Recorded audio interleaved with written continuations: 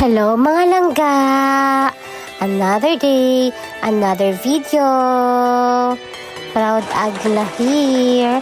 So mauna siya guys na may pamaskong handog sa Bukidnon in partnership of 89th IB. Kanunay nang ginahimo namo no sa akong mga kaupang mga ate and kuya sa Pilipinas.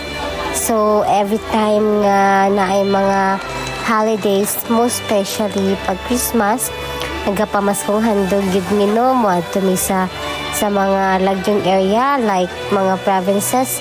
Kabalunin na ta nga ang mga tao din hiya bihira ra kayo makababa no ug syudad.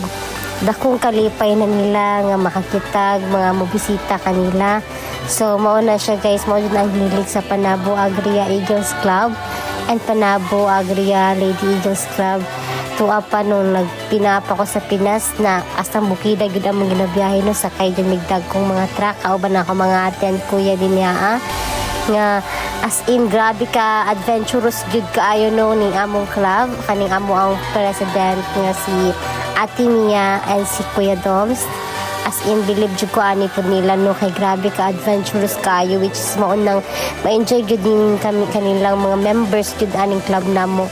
Kay lagyo jud kay mi ginaagtuan daghan kami bitbit mga pagkaon, mga pahalipayon, mga sinina, ukay-ukay, foods, chanelas, unsa pay mga kailangonon school supplies, mga toys.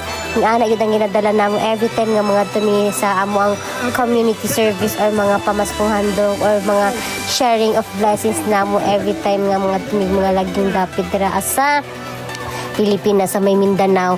Daghan kig bata kalipay gud namo nga makakita sa mga bata astang daganda dako kay kalipay di ba? So mao na siya ang isa sa dahilan nganong ganahan kay ko sa ako ang sisterhood ug sa amo ang mga brotherhood diha sa Panabo Agria Eagles Club kay ingani ka aktibo during times sa mga ingani gud nga mga bulot-buluhaton di ba lami kay sa kalipay nga every weekend or at least every after 2 months na ay natagtuan ng mga community service para manghatag sa mga bata kay kabalo ka appreciate kay nila ang mga gagmayng butang na ihatag mo sa ilaha lami kay among lami kay sa kasing-kasing lami kay sa heart. So that mo na siya ang anang purpose sa amo ang organizations nga Agila sa Pinas.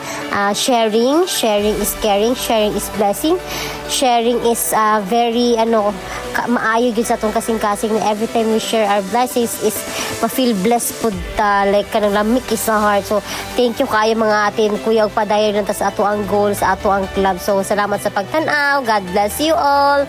Share.